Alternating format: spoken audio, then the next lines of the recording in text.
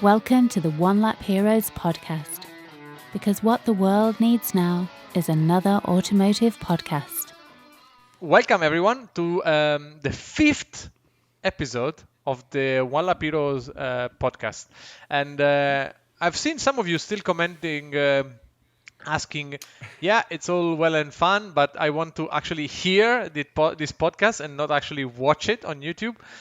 Kostas might be able to help us. I have some explaining to do. Right. First of all, Gab, let's tell them what is today's subject, which I think is a very interesting one. What's today's subject, Kostas?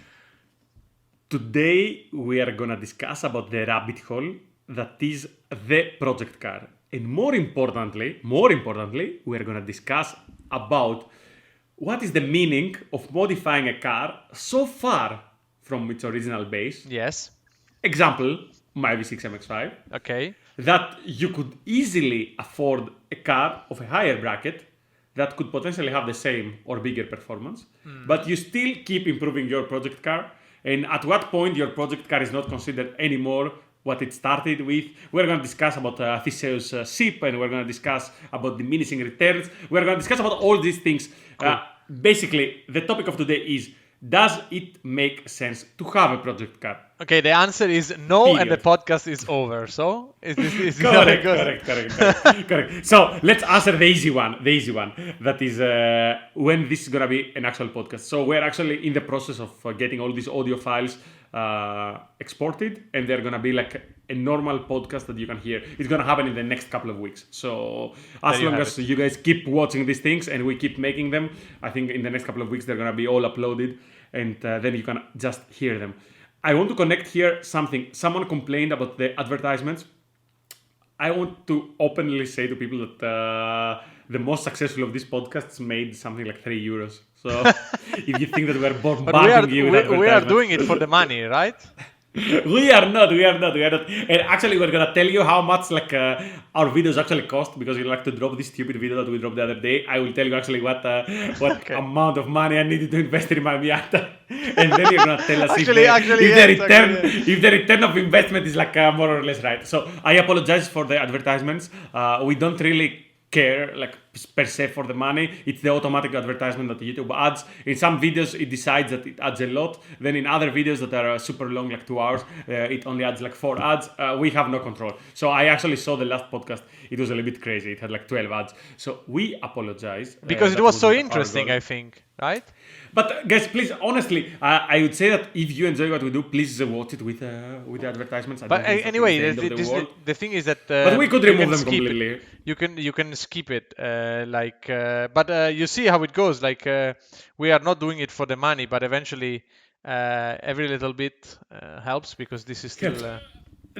Unfortunately, guys, these videos cost a stupid amount of money to make. Not just for the cars, because we do the cars for ourselves, but creating all this stuff. And this is not something that we want to monetize in other traditional forms. So if you keep supporting this kind of model up until we find a model that works, it would help.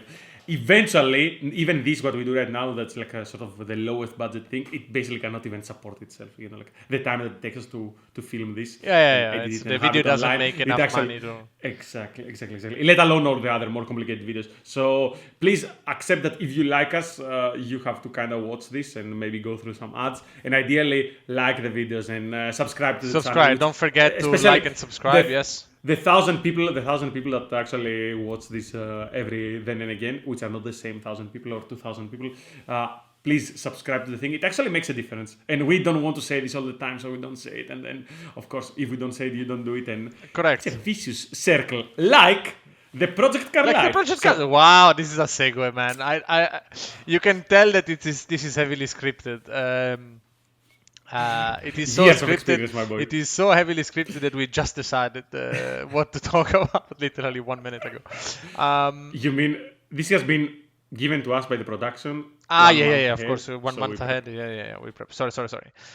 So I will get the ball rolling, in the sense that I've always been the logical side of me has always been a big believer that it makes no sense, literally. So if you Absolutely no sense. if you define project car, I mean, I totally get the fascination of personalizing oneself's car. So like you buy your car and you want to make it a little bit unique. We do it with eventually is an extension of our persona. So we want to just be unique as we do with most of the things that we buy and do.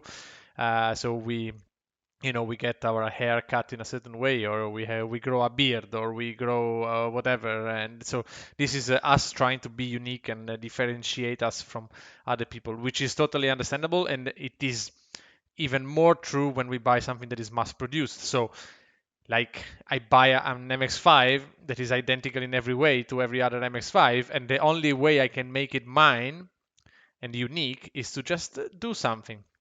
And on this, I have no problem. Like I have a little bit of a problem with stickers. So like if you are that kind of guy, if you are the kind of guy that personalizes his cars with stickers, especially stickers that don't have any meaning, in the sense that No fat chicks allowed. correct, It's like a correct, sticker that correct, or even like if you put the sticker of the Nürburgring, but you have never been to the Nürburgring. So this kind of stuff doesn't fly by me. But putting this aside, I genuinely despise aesthetics, like aesthetical improvements. Like I'm more. So actually, you don't like my car. No, I am more. No, I actually. I learned it now the first time. No, I actually like your car because I like the function over form look. So maybe it's the bias that I have, maybe with a little bit with race cars, that they look very nice because they look very nice from the stands, but if you get very close, they look a bit shit. And this is I like that look. So like I don't mind the gaping holes or parts of the car that are not painted to match, like your was for many years. I really dig that. Actually, I like the car better than now that it's all full silver.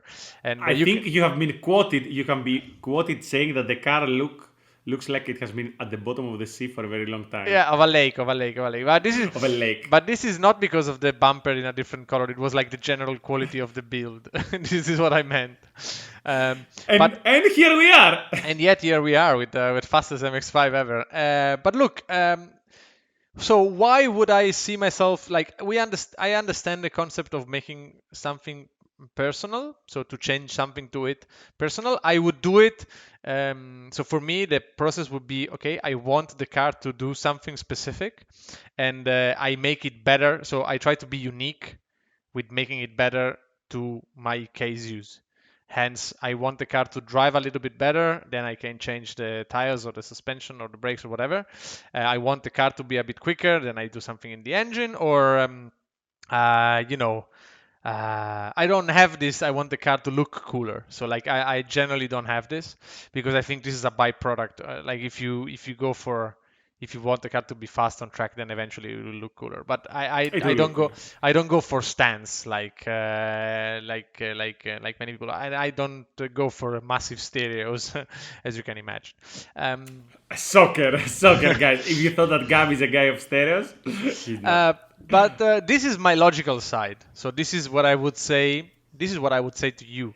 However, at some point in your life, you ended up buying magnesium wheels for your Lotus, which, as far as tuning goes, let's be honest. Tell me, did you feel it when you put these magnesium wheels? Was it a completely different car? No, absolutely not. But that was.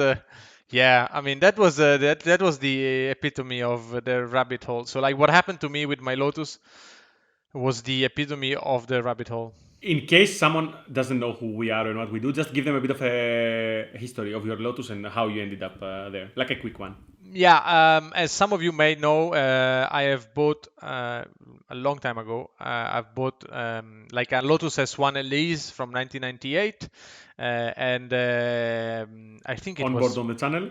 Yeah, the onboard is on the channel. Well done, Kostas, for reminding me. There is 2 laps on the channel, so I suggest you to go and watch them. The car was extremely cool, but when I bought it, I had no intention of doing anything to it. Like I bought it because I really like the looks and I really like the purity of it. you bought a specific version because Yes, you wanted yes. that I want car. I want an early model with MMC brakes, with aluminum hubs, like the lightest that Lotus ever built. And Metal Matrix. And yeah, that company going back around. correct. The story of the Elise one. I promise that if we do long enough this type of podcast, we should actually come and speak about a couple of companies. The story of the development of the Elise one is fantastic. It's fantastic. It's a Yes. car. It's a car we both like. On principle, I don't like so much in reality, but on principle, I absolutely love it. No, I like And it in I think principle it's a and in reality. very important car. Very important car. It's dead. So no. we ended up. We ended No, up with this not my exactly- Lotus is not dead, but the project is dead now. You ended up with your own white, specifically white, because you wanted this. Yes, You I want wanted the a whitest one. I want a B01 factory color, which of which there were very few. I think in Italy, when I at the time I was living in Italy, I think there were like 3 in Italy, like very very rare color of a very rare car. And So you were already part of the cool kids. I was already part of the cool kid. I had a cool Lotus with a cool color and everything, but and my intention was to keep it stock. Like the dream was already owning it. Like owning it to me was already a dream because I mean back then all the money that I had, actually even more did than it the come? money that I had. I actually went full Kostas with it. Like I borrowed money. We're gonna explain to you what full Costas means in another episode. So how you go from having your dream car and saying I will not touch this, famous last words, Yes. to actually doing it a proper project and one that you worked with your father and quite a few modifications and eventually like a build engine and custom suspension and Yeah. Actually, it foundation. was eventually it was like a full-blown thing. And to me, though, I still did stick true to what I said in the sense that it followed, like I had a goal in mind. Like it's not like I said, oh, let's change this bit and then I wanted to change the next bit and then I want to change the next bit. No, this is not how it works. So like I accidentally started racing this car in an amateur time attack championship, which had several classes in it. And then there was a class for what you would consider stock drivetrain, since this is a famous definition of cars on the Nürburgring. So no, I think we created it, by the way. it had limitations in the sense that it had to be a certain amount of like engine capacity, not forced induction, and not modified internals and whatnot. So the car was basically was built to be in this class, and it was competitive stock. So I said, okay, let's make it as fast as I can make it with my money, as fast as I can make it within these boundaries. So like to me, the challenge, the interesting part of the project was that I was given, I wasn't given, but was that I elected to pick a certain set of rules. So like within a box, I had to build the fastest car that I had with the limitation of the rules and the limitation of my own finances. And this went absolutely downhill very quickly, in a sense that everything started, okay, what can you do to the car? Well, technically you cannot do much. You can put the suspension, the engine has to be stock, etc. But then the more you look in it, the more you see how much space there is to work. And it went to great extent. So like I stripped the car completely to the chassis, like it had, like nothing was on the car. I stripped the car to the chassis. And as I said, one of the things that I did was I bought the 340R's original wheels, which are in magnesium. 340R's was an extreme version of the S1 Elise with no doors and no roof. One could say that this is what the mechanics wanted to make ahead of time. This was Correct. what their original vision, and they didn't The do it, but they 340 actually did it. eventually the 340 was the car that they wanted to build in the first place, but then and because I liked them, they also had the offset that filled the car a bit better. So there was also some motivation, like the aesthetical motivation, but mostly was technical reasons. So like wider and lighter, I could fit wider tires. And then what else can you do? Well, you can change all the bushings, so everything was on uniballs effectively. And then what do you do? Well, you can change the steering rack. So I took the steering rack, I shortened the steering rack, I moved the steering rack in the chassis to adjust the bump steer and whatnot. So That is already the rabbit hole, by the way, guys. Like, that's already the here, rabbit yeah. hole. So and then you put then you put different steering arms. Rods, yeah. Steering rods, but not the tie rods, like the parts, The axle arms, yeah. The arms, yeah. Like the ones that go to the hubs, like you buy different ones that allow more camber and then allow different bump steer and to adjust bump steer. And then what do? Well, you buy, of course, a set of suspension, but you don't buy off shelf.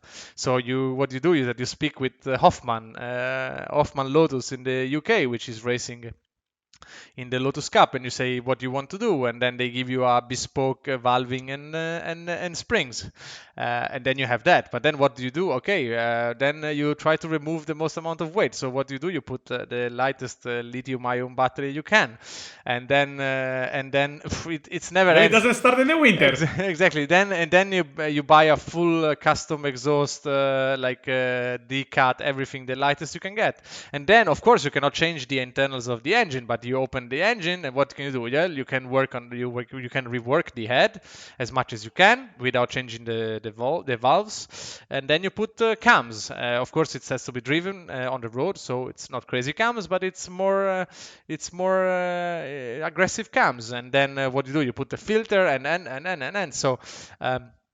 Yeah, and before you know it, you spend like 2 times the value of the car. Yeah, I mean, I think I bought the car back then for 19 or something, 19,000 euros. I must have spent 15 on the car at least in parts. Luckily, maybe more, maybe 20. But and then I did all the work I did myself, apart from the engine. So the engine did a mechanic did the engine. Interview. Did you hear this? Yeah. He said that he did all the work in the car. The thing was completely crazy. Actually, it still is completely crazy because I think this car still lives somewhere. Like I had the whole heat shield removed because it was too heavy, and then I put like a Nimbus, the gold one, the gold sticky thing everywhere in the car to prevent heating. I had an oil exchange, oil-water heat exchanger. Like I went like full ballistic. Everything that could be done to the car within the boundaries of the rules, it had been done. And I had also different diffuser in the back to aid a little bit with aero. And I had plans to go further to the point that I had designed, so I had them ready to go to install, like movable side skirts that you can put underneath for the whole length of the car to create like ground effect. Because you could just put the rubber with the sliding up and down, which could be completely illegal. Seal the sides of the car. Seal the sides of the car. The rear diffuser. And make it even quicker than it was. And the car was like 700 or 690 kilos, something stupid. What I find extremely funny is that, of course, like in any other racetrack than the ring, all these modifications would actually make the car honestly a weapon. And the car actually was a very cool car. But when you come to the ring, this very, very specialized car, sharp as a razor and made to do all these cool things, basically is as fast as a Golf GTI, which we actually said it's a horrible car. Because the thing is that eventually, this is a bit of a painful thing. But look. But I think my life experience is a lesson or rather, my life experience fits what I think is acceptable as a project car, which is would the car prove to be extremely competitive in the class to the point that it was pointless. So like the car was overbuilt for what it needed to do. So and I think this is also a lesson in the sense that if you are doing some amateur sport activity that is mostly built on fun, going out and build an all-out weapon actually spoils the point, because then you're there and of course nobody can compete. So okay, good, you're gonna win the trophy and you're gonna go home. Good. Something very interesting, Gab. I will just build a little bit on this very quickly because I think this is a very interesting tangent. This happened to me like growing up in Greece in our track day community, when the first people actually got a couple of specialized cars, something like a Caterham or a Westfield, when everyone else is like in normal road cars. Of course, you run circles around everyone. Correct. You win the track day, but also you suddenly realize that you have no one to play with. You're alone. Exactly, yes. And I guarantee you that what Gab was trying to say is that even if you are not in a competitive environment, like just you go in a track day and you want to play with a couple of friends and you want to have just some banter back and forth. This is also how One Lap Heroes was born in yeah. the sense that we discussed times a lot of time, not because we actually cared what was the ultimate lap time that the cars could do. We actually started this channel having like an S2000, an MX5 and a Lotus that were actually completely different as cars. But the idea is that you kind of want to be faster than your friends that were like still in similar cars. Exactly, comparable performance. Because if one of us had like a 997 GT3 RS that could go 30 seconds faster, there's no fun. And yeah, that was a little bit of a lesson in the sense that the money that I spent in it, I still think to this day that the money that I spent in it were not wasted, but because I really loved the car. Education. But I really love the car. So like if I had a Lotus now, if I would have a Lotus chassis car right now, I would do the exact same mods pretty much. We will arrive to this because I know a little bit what is our dream cars, and I know very well that they are not stock.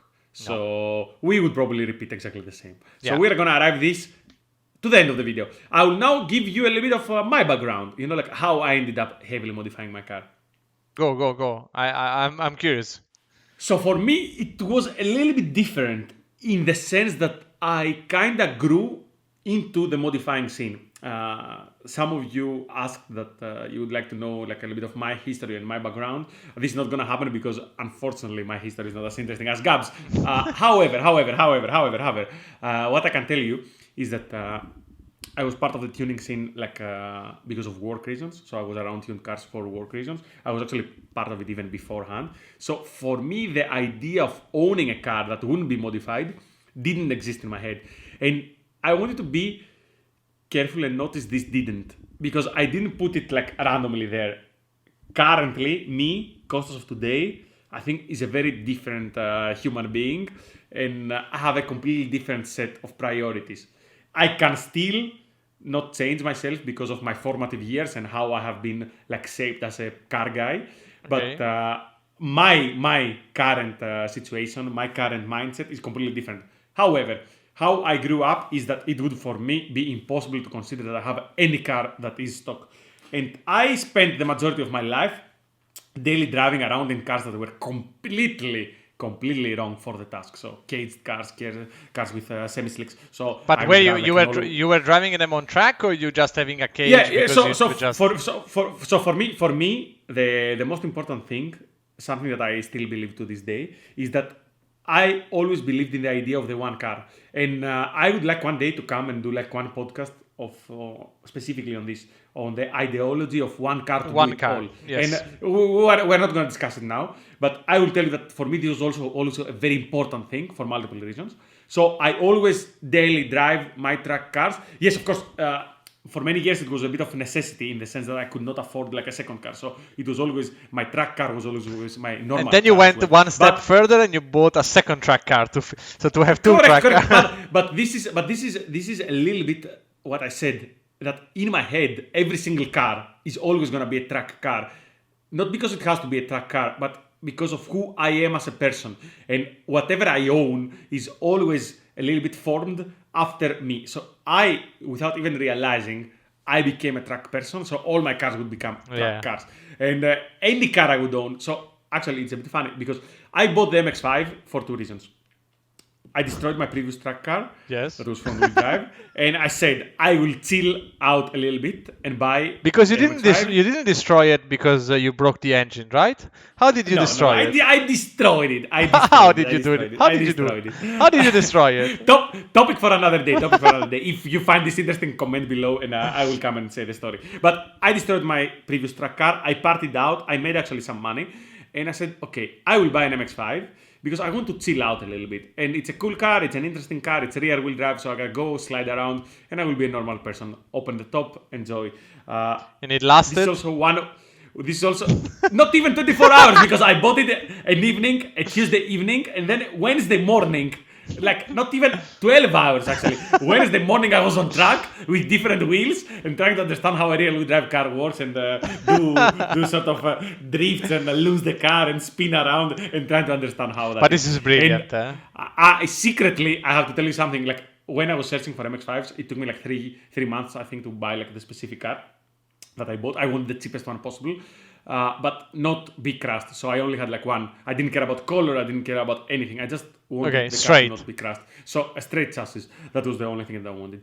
And one of the reasons that I bought the car, to understand how sick we are, is because I knew that the aftermarket in the US was huge.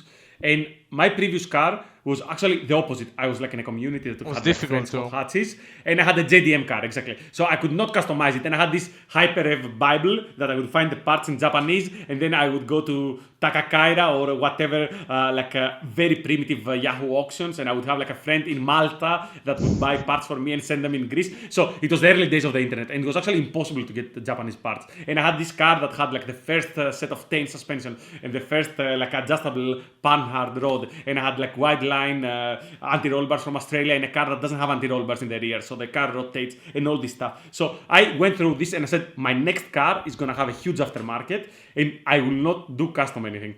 But aren't these like completely opposite concepts? They are.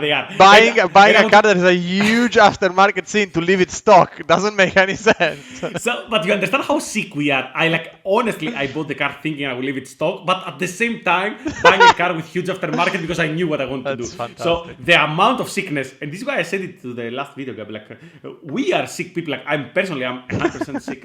And it's very funny because when I bought my MX-5, the actual local MX-5 community was quite active. They were not really track people. So the majority of my friends... But the majority of MX-5 owners are not track people anyway.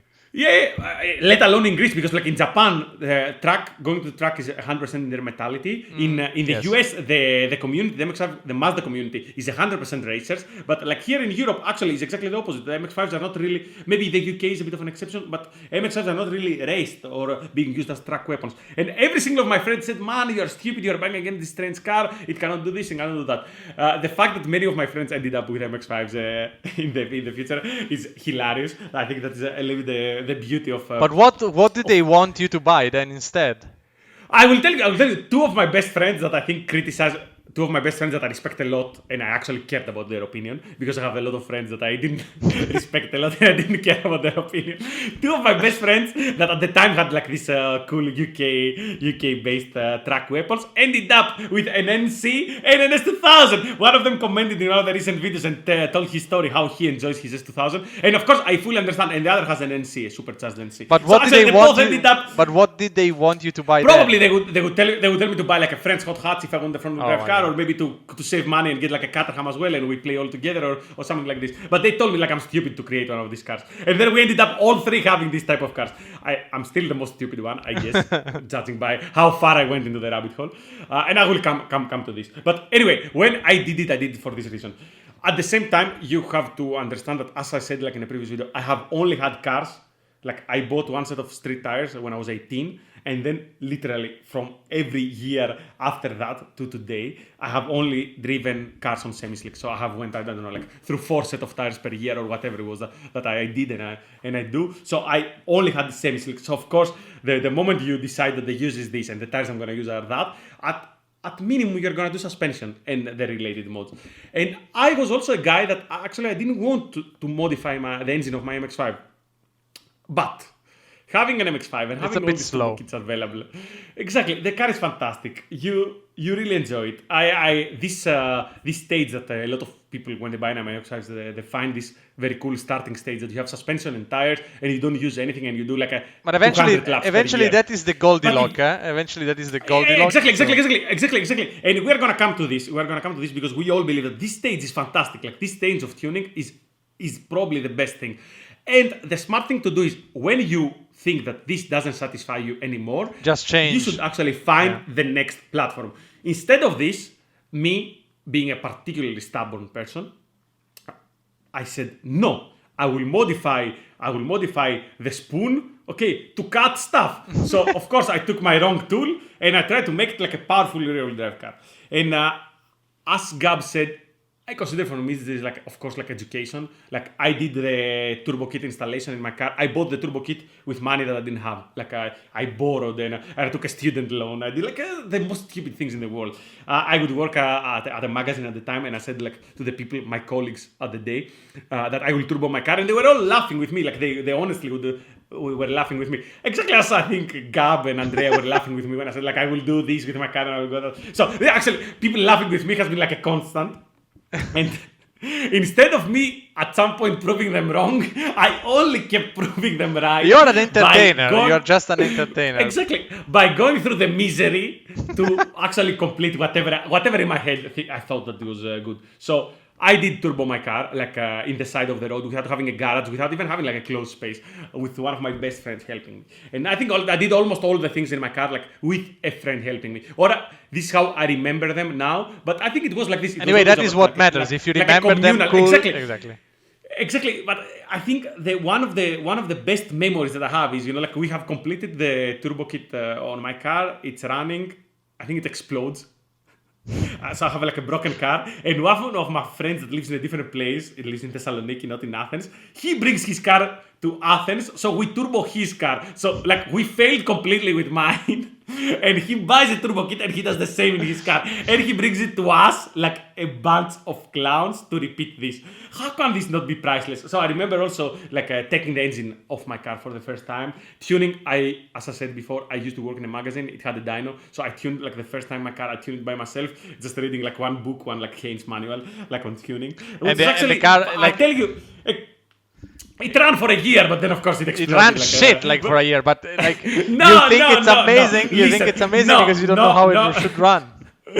Bullshit. Actually, you might be right in the sense that the moment I did like the first proper engine, I actually went to an expert to tune it. But I would say that all these procedures, like this night, the first night that I was on the dyno with my car running, and I was there with my laptop playing, playing that I the actually engineer. knew what to do. Exactly. And it actually did 170 horsepower. It was turbo without an intercooler, 0.3 bar. I remember this like today, And I was tuning the thing. My friend, editor-in-chief at the magazine at the time, he was sitting into the car driving it, and he was clearly, he looked at me with love and despair. So he said, like, is this guy so stupid? I want to help him. So I want to hug him. I want to give him the love. But at the same time, is he really that stupid? And then, of course, we see the car making a cool power curve and not having any gaps. And we go on the road the first night to tune it. So fantastic things. And for me also, this helped me to realize that you cannot do things alone. So all the Miata communities, like the community, for example, like turboing my Miata. There's like this very cool forum called Miata Turbo Net, which actually some of the most knowledgeable Miata people, track people that they were not like people you would think that would turbo Miatas. They were actually in this forum. So when you go in this forum trying to solve your issues, like your mega squirt issues or whatever issues, you actually end up reading all these people. And even, like learning by their collective mistakes. And one of the main reasons that whatever I did in my car from the very early days, I want to share it like in a very organized way. So like, is it a forum? I would have like a topic that I would put it there. And is it now OLHtp Heroes? Like we have all these videos that you can actually see us fail multiple times. So you can actually go back and see my turbo car misfiring at this lap that I think that I'm about to do under 80. All these things exist there. And I believe that out of everything we did wrong, we learned, and every single car we did after, we did it better. And whatever is done wrong in my car is going to be done better in Sergio's car. And I think there is all this cool thing that we all build a little bit different cars, but at the same time we all sort of learn together and seeing the other people rents, because you rent and you create this very cool thing that it's not anymore your car. It's like this social activity. Yeah, it is. Which in the end, what is tuning for me? Tuning for me is an activity that I enjoy with friends. So if I couldn't share it with anyone, I would still do it. No, I would still do it, but I would not enjoy it. Because also for me, I'm not particularly skilled. There is people that are like exquisite fabricators. And I think if you are skilled and if you are an artisan and this is your skill and you create like an epic car, I understand that this probably you do it and you enjoy the result. When I modify my car, it sucks. It sucks balls. Yeah. I don't enjoy it in the sense that I'm actually bad. I'm knowledgeable enough to know that I'm bad, and I'm not really enjoying the process. So for me, that I'm not. You don't enjoy the process. I actually do enjoy the process. Maybe I'm lying a little bit here in the sense that I'm like in one specific rabbit hole for a very long time. So, but yes, like these days, like when I did my V6 car, this is a very simple thing that I think people will understand. When I did my V6 car, I said 100%, I will not do my car. I will not do anything on that car. I will get one person responsible, a person that I trust, a person that in the end is a friend. Like I didn't went to a mechanic. No, But clearly. I will have one person that is clearly much more talented, much more knowledgeable to do it proper. Even though it was like a bolt-on kit, and his help was On actually so paper. crucial that in the 3 years that followed, I finally ended up after all these years of having modified Driving cars, the car. to finally enjoy the car. Yes. Exactly, which was the point in. And I have to tell you something because I have a lot of friends, and I hope they're listening to this. I have a lot of friends with unfinished project cars left in garages, and grand plans of making the best thing. And Sergio? I mean my friends in Greece, but Sergio is actually a fantastic example. Sergio said also the opposite. He said, no, I want to do everything in my car. And then in the end, you end up also not doing everything in your car because you will need help and hating the process. And I think he's not in the process of admitting it. And I have friends that are even more stuck.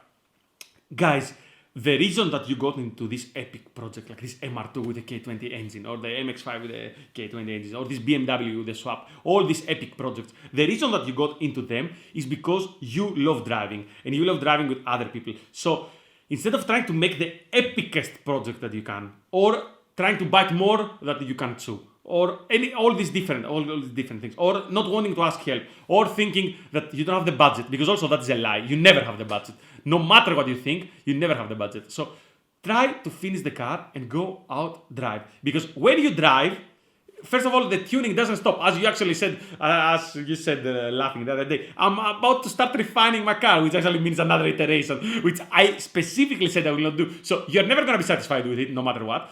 But if you drive it in between, that's a good message. I think that is a very, go ahead, finish. Sorry, I didn't want to interrupt. You're going to be motivated. You're going to be motivated to push harder. And you're going to know better what needs to be changed. So you anyway are going to end up quicker to the better iteration. So actually win-win. Win-win no matter what. So these long projects that are there on the side, try to get them on track. And this connects a little bit back with what we said.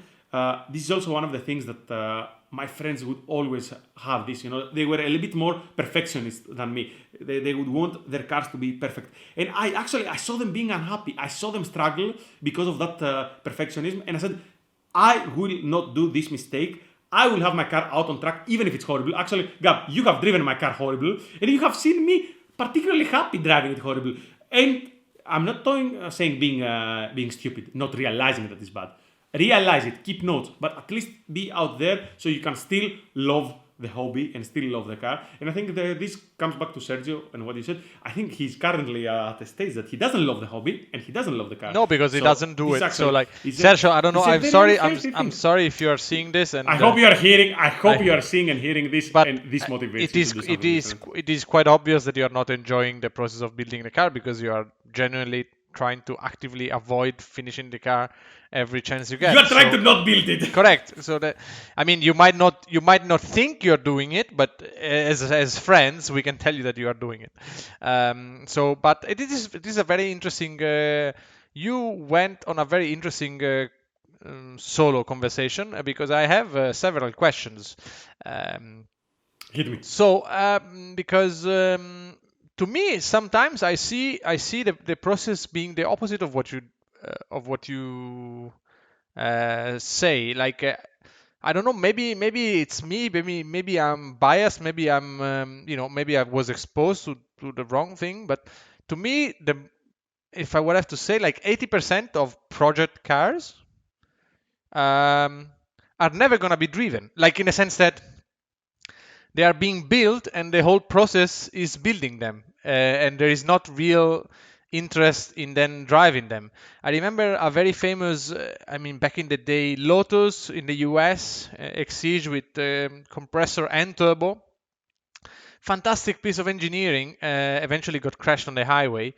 But there was always this debate, which somehow this project was less valuable than others because this guy never intended to actually drive it hard.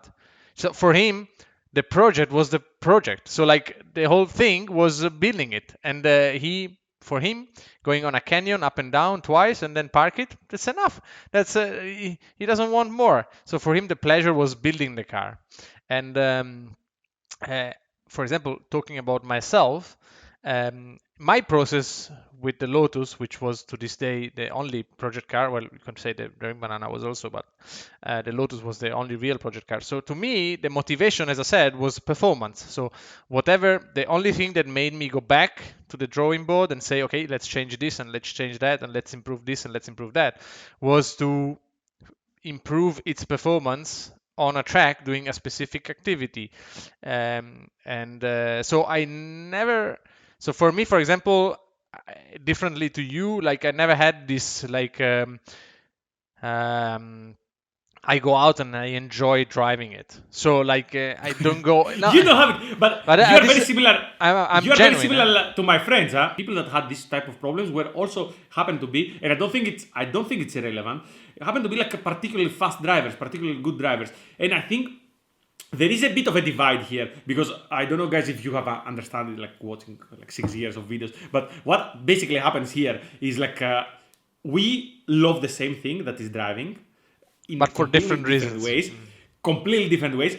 We do the same activity, like drive on the same racetrack in different ways, get pleasure from different things. And we are car guys also, although I think we are both quite hardcore in completely different ways. So the way I'm a car guy with him is completely different. So you're actually quite close to my friends that, of course, because the activity of just going out and driving like a subpar car, because you're going to put a few laps in and that is keeps your mind in a good state and you enjoy it and whatnot, didn't exist for them, doesn't exist for you. I know that you don't do it. You go out for a specific reason. The car has to be the way it has to be.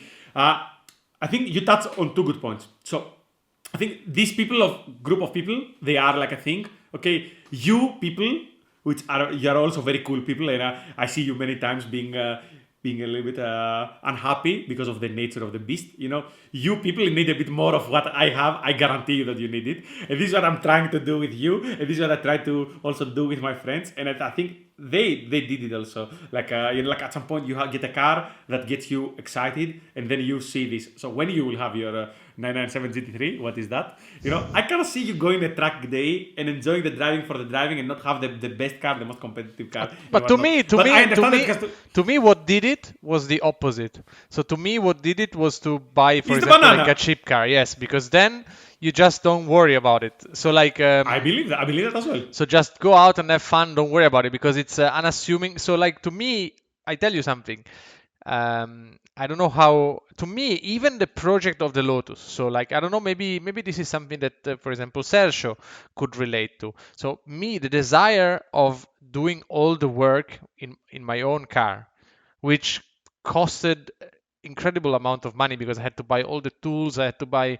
So it was a stupid decision logically. But to me, it was a challenge. It was a saying, I will do it because I will show myself that I can do it. So I will go through the process and I will learn how to do it.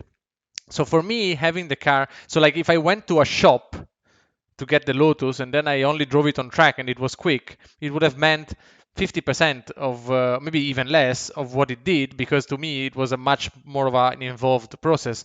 And it's I find this very interesting. And it's like for me it was a challenge. I knew when I started it, I literally didn't know if I could put it back together. But at the same time, I knew that no matter what, I would put it back together. So, and to me, it was... We did this very recently to the ND, and you were heavily criticized by the internet. There were people saying, I don't want this guy to work on my car. But this is fine. I understand that I am not a proficient mechanic by trade, but I can guarantee you that the car gets off the lift, gets on the road and drives, because whatever I don't know now... He's a motivated man. Correct. Whatever I don't know now, I will learn how to do it if I need to learn how to do it. So this I can guarantee you. And to me, this whole learning. So to me, everything sort of boils down. It's a bit to learn. It's a process. It's like it's for me. It's for me as a person. So this is very cool. This is a discussion that we haven't done, although since we know each other very well and we have been like in similar experiences or in the same experience. I understand exactly from where you are coming from. It's very funny. For me, it's a little bit the same, but the opposite. So I will explain. For me, what triggered everything was learning. So maybe in the future we do like a podcast, which I think is like a fantastic topic. Why we like cars. So I honestly, I don't even think that I can put it like in an hour of talking. Yeah, probably But not. I think it's a very interesting topic. But because I like cars, and I will explain to you later how I like cars, but specifically because I like cars, I want to understand how cars work. The moment I started understanding how cars work, so it all came from learning. So the moment I learned about that, the idea of tuning sort of spearheaded out of that. So the moment you know how something is To put improve together, it. you want to improve it. And for me, this is a fantastic thing because it was something that satisfies like a sort of like a need inside me. It's the same thing that a little bit that how I like truck driving, like driving on track, not driving trucks because my accent doesn't help. But driving on the track is something that I love it because I do it particularly bad. And dissecting it and going back and improving this, it gives me an immense amount of pleasure, much more than it should. So for me, understanding how cars work led to modifying, but understanding that I'm not good at doing the process didn't mean that You shouldn't do it. have really to do it. Exactly. So the moment I took the suspension out of my car the first time and the second time, and I did it, for me it's done. The moment I turboed my car, it's done. The moment I tuned the first time, it's done. I get this sort of set of knowledge, I combine with a practical thing, and that is put into effect, and it's in the back of my brain, and is priceless. But I don't get the satisfaction every single time I do it. So the next time that we did it for a friend, it's just or the next work. time I did it with my car, Then it's just I get job. absolutely no. It's just a job. And actually, for me, the biggest problem is that the more we do it at a higher level with faster cars and a little bit of higher personal aspirations, I actually also want it done at a high level. And this is also to me where other people come in. So I want this specific MX-5 that I have in my head,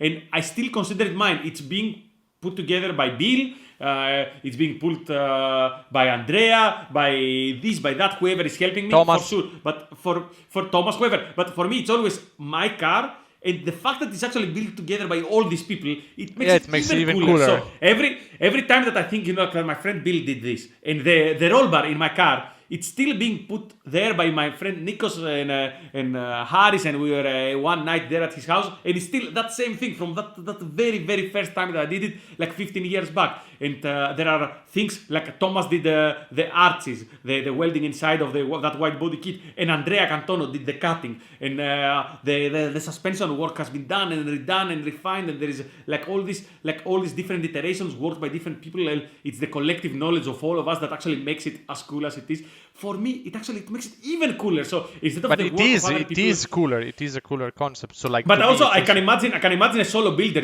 Like I can imagine someone, because you touched on it, someone that has the fascination of creating the ultimate Lotus or the ultimate 911 or the ultimate Daigo Matiz for this matter, and he goes in a garage by himself with his mill and his lathe and his welding machine, and he's making everything.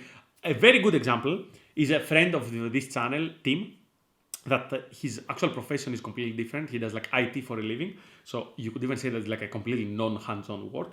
And then he does all this fantastic work on his car, on his personal car, truck car. And then he starts this very ambitious project while clearly not knowing any of the skills required, like in the small shed, with the help of his brother, with the help of his grandfather. And when this car is going to be finished, almost everything is going to be touched by him, or like his immediate family. But in the end, he's going to have like 99% of the task done by himself. Maybe someone else paints it, but that's that.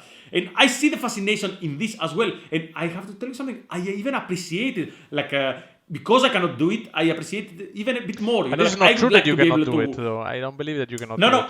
I mean, so in my head, you don't want to do it here eventually. Exactly. Yeah, if I have like an ultimate build, and we should not speak about this here, but like let's say that I have a very specific ultimate build that I'm prepping for. The last car. And this is the last car, exactly. And this has to happen like a specific way. I clearly understand that if that is the ultimate build, it has to not be done by me. I cannot do it to the level that is needed. And I need the external help. But the guy that goes in there, and for him the project is as important as the thing, I also appreciate it. Maybe I lose it a little bit, I lose the connection with the guy that gets the satisfaction from ordering parts. You know this guy, you have this guy. Yeah. That he wants every month to order some parts. So like if it's actually like compulsive, it's like consumerism, you just need to buy parts, then you are not my guy. Because what we didn't talk at all with Gab, and I think we didn't talk about it because we agree, but he's gonna come in and say, is that all our modifications comes down to wanting to extract performance. So Yes. not a single, even the This is the first thing I said. This is why track people are boring. This is why there's gonna be a top 1,000 people watching this podcast and probably a few less. Track people are actually the geeks, are the not fun people. It's the people that you don't want to sit together at a party. The drift kids are cool. The drag racing guys can be kind of cool. The street racing guys can be kind of cool. All the other tuning that we make fun of, they tend to be like fun people, cool people. They are actually having fun. We are the stupid ones. We are the ones that get fascinated by things that we shouldn't be fascinated by, stupid details. And also, we then want to put these details into anger, break them, and then revisit the concept and create a contraption that doesn't work, a car that wants to go to places that doesn't want to go, at speeds that doesn't want to go, and then we force it into it. So we are honestly, we are the least fun people. And if you remember, Gab, many years back, when we discussed about you were on your first year at RSR, and we discussed a little bit we were watching one of these drift documentaries. I don't remember, it was Keep Drifting Fun or something like this. And I told you, man, look how much fun they're fucking having. And actually, why can we not bring, because we are also a little bit like clowns in our real lives. Why you cannot bring a little bit of this fun into the very serious hobby of doing these things on the track? Then the Wallapiros happen. Why we ended up, exactly, this is also why the Wallapiros happen. This is why we have the Ring Banana. And this is why I bought the Multipla. And this is why you might see an even stupider project in the future. Correct. But because no matter what we say, yeah, and eventually, the bottom line is that I think taking it when one starts taking himself too seriously, then the fun is not allowed to happen anymore. And eventually, this is the biggest contribution that One Lap Heroes gave to me personally in my life. Is that it showed me that I should never ever take myself seriously. And actually, this is to some extent, although this has nothing to do with this podcast, but eventually even these videos, so even being on camera and talking openly about something, it's to me is always a good process into reminding myself that there are people that think differently, and that I'm not necessarily right, and that no matter if I'm wrong or if I'm right, it just doesn't matter. So we are all allowed to have our own ideas and opinions, and we should not take ourselves too seriously. Correct. This is not a university lecture, so we're not telling you what to do with your life and what is the ultimate truth about modifying cars. This is basically two friends discussing about topics that they found interesting.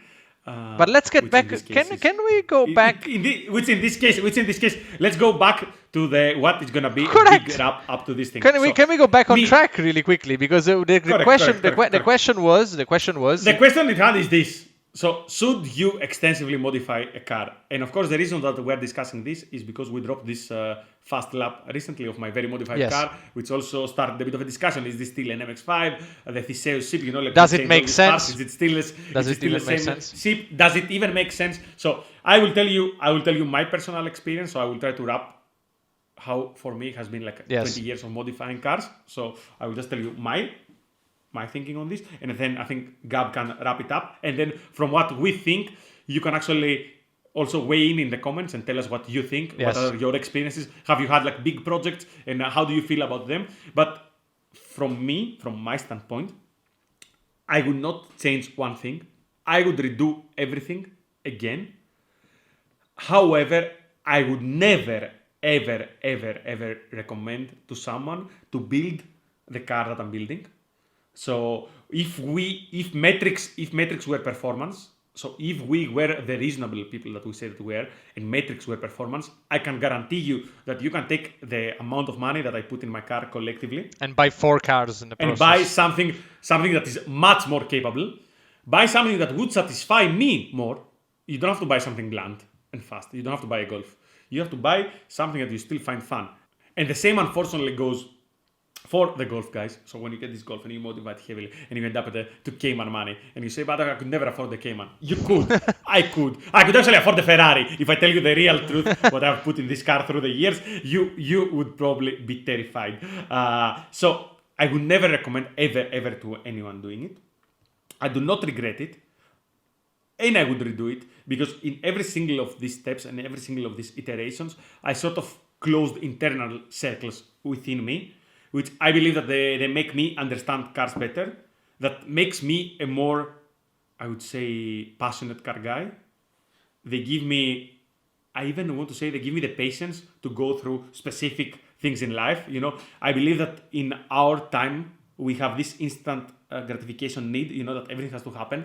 And a project car it's a delayed. teaches you to fucking wait. And not only that, but if you are committed enough, because I consider everything that we do a bit of like character building, and you're gonna see that the next video that's gonna follow in this channel, it is about character building, and it's completely different than what you think, but it is about character building. So I think waiting all these years to have the car the way that it should be, so it could then complete this journey, this specific One Lap Europe journey that it needed to complete. It actually made me a different person. The day that this journey was completed, none of my friends, I think, understand it even to this day. Like, I honestly had this discussion the other day. One of my friends said, but why you didn't buy a Porsche and you do cool videos with this and you have a different audience, a bigger audience, a better audience, an audience that maybe could help you professionally do other things. And I said, no, because it has to happen this way.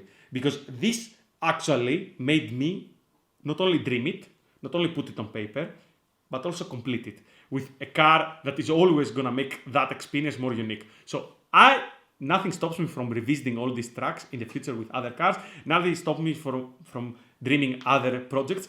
If anything, I will tell you that this allowed me to say, okay, cool, your even bigger project that it sounds even more crazy and no one understands. It's probably possible. It is probably possible. And I think this honestly made me a better person. So tune cars because it makes you a better person, not because it makes sense. That is my last words. Gabriel. It's a definitive statement from Kostas. But I have a question before I take off on my own. I have a question. Don't you think that you have stopped learning lessons already since a while? Okay. So like, correct. Can you understand what I'm saying? I would change a little bit my process. So through the process of doing all these things, and especially doing things multiple times, I actually learned how you should do things. So probably I wouldn't do every single step because a lot of my misery through the years was this common thing. Like, I don't have the resources, I cannot do this the way that I want, so I half-ass it and then I arrive there. So I would skip a little bit of the intermediate steps, and if I want like the big break kit, I would not go through 5 of them. So I don't think this is like good type of experience to have. So I would do some of that logistics and budget allocation in a different way. So I would sort of build the better version of my car sooner. It's something I didn't do and I delayed a lot. But other than this, I honestly would do everything again. And your Quite car, a stupid man. But your car is still an ongoing project. So you're saying that the lessons this car is gonna teach you are not over, or why are you still modifying this car? I think no. I think that car has maybe like one final lesson. But you know, for me, it's always like this. I think that I have. But then when it ends, when does it end? It never ends. It never ends. But this is why I tell you, we are sick people. Continue. You. Okay. So it's a confusing answer from Kostas in the sense that what is. We can come back and discuss it more if people are interested. I will put it more on general terms, in the sense that I think everything would start with it depends, in the sense that the real question, as we pretty much in every podcast we arrive to the same conclusion. Funnily enough, it's not like scripted, but it's eventually where the discussion ends. Is that what do you want? So the first question would be why. Let's say that you have a project car. Let's say that you want a project car. My first question would be, why do I want a project car? So like, if I have an MX-5 and I want to put an LS3 engine in it, whatever I want to put in it, the first question would be why? And I can probably guarantee you that if the answer is because I want to be faster than, or because I want to be better than, you're probably on the wrong track. And if the answer is because I really, really want to build something that I have in my mind, because I really have a dream of having something specific. So if I specifically want an MX-5 with an LS3 engine, whatever the reason it might be that you want it, I'm not judging. But if you want that, so if you are so in love with your car because it was your first car or the first car you took on track or whatever, and you just keep wanting this car more and more, and you want to improve it just because you love it so much and you want to give it more and you want to build new experiences with it, then absolutely you must go for it, and it will never be the wrong thing to do. On the other hand, if you are building an MX-5 up to be faster than an S2000 or to be faster than a Boxer or to be faster than a GT3. So I think if the benefit is relative, so if it's not on absolute terms something that you want to do, but it's something on relative terms, like if you say, I wish I had a Boxer, but I cannot have a Boxer, so I will tune my MX-5 until it goes as fast as a Boxer.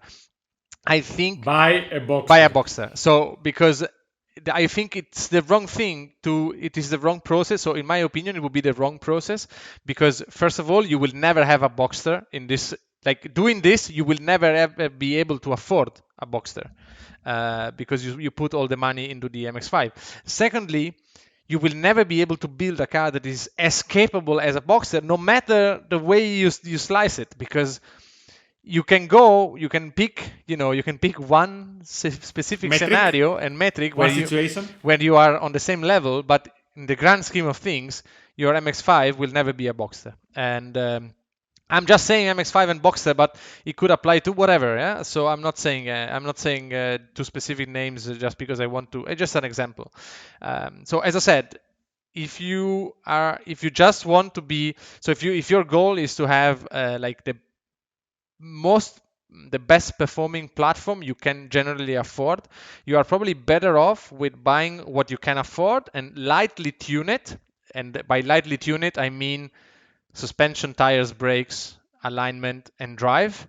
And then, Gab, are you speaking about the One Lap Hero spec? Is this like a topic of a video? Do they want to know this video? This is a podcast right there. So you are better off doing that and then putting aside the money. So I'm a big believer that driving time is important. So you put aside the money on driving the car, and when you decide, okay, this is not enough, you're better off selling it.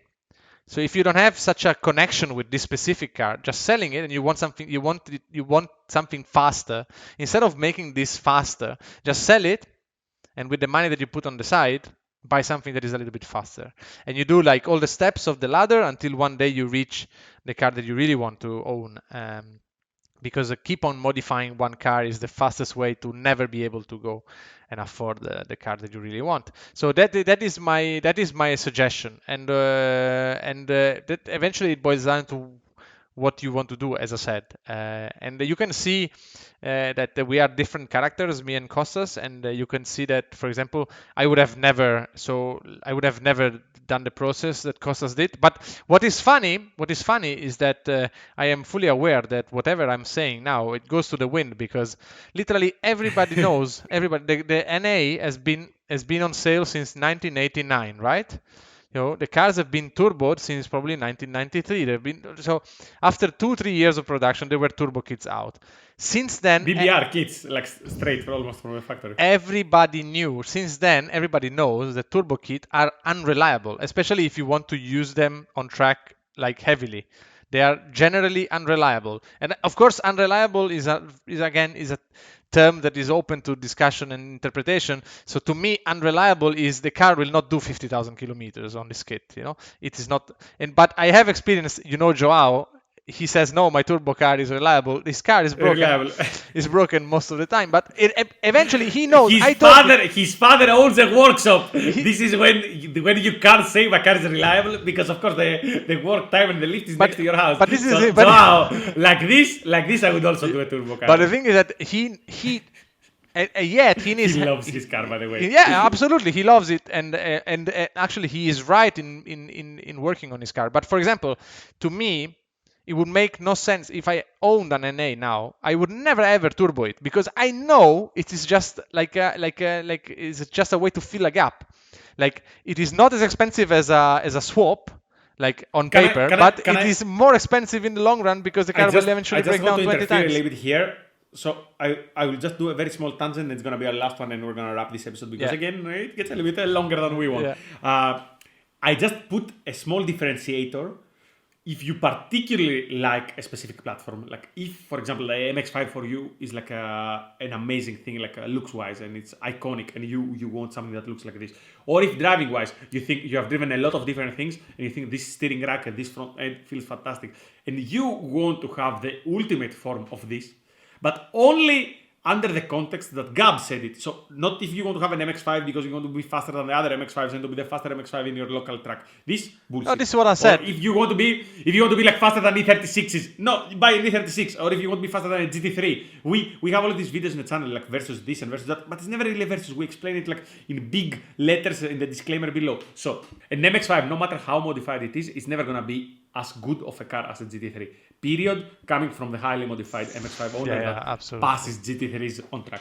And so, but if you want the ultimate version of that platform because that platform is special for you, okay, then you get a white paper, blank statement, go out, build your own thing. And this is exactly what I said. If you have a specific special connection with something, and as I said, it might be for whatever reason, then absolutely go ahead. If you just want to build something to be faster then absolutely don't do it. This is my suggestion.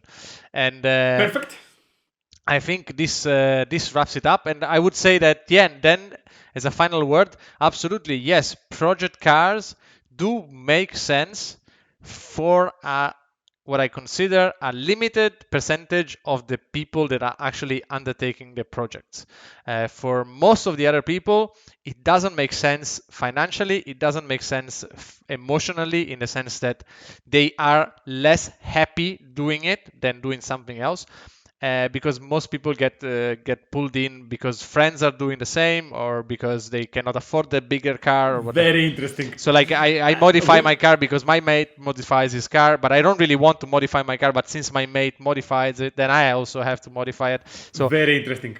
That is a recipe for disaster. In our current culture, your mate is the internet or Instagram. Yeah, whatever. And this is the reason why all these build channels are so popular. So this is something that we can discuss in a different future episode, but try to not get inside this loop for the wrong reasons. Try to not do it because the internet is doing it, or your friends are doing it, or whatever, or like the cool kids are doing it, and you want to be part of the cool kids. But if somehow you end up in this type of activity, most definitely do it with friends. Yeah. Because if you heard anything out of what we said, for me, social aspect. One of the coolest thing is the social aspect. Like how close you come with friends when you are actually building something, and then you can do an activity together with this. The Ascari movie is a beautiful example, but I have experienced this in all the stages of my life with completely different people of completely different backgrounds. The bonding that you get while you are working in a common activity, it is a very special thing. That's for me. I think we covered this completely. Yes, we covered this completely. I would suggest you to, if you are enjoying this, don't forget to click like and subscribe. It really makes a difference for us. And also, don't forget to comment underneath this video with your experience. Share about your current project car or whatever your experience might have been in life until now. If you agree with us or disagree with us, whatever it might be, we read and answer every single comment, and we might take even inspiration for the next podcast. So thank you very much for watching and listening once again. Kostas, was a pleasure as always. I'll see you next time. Bye. Ciao.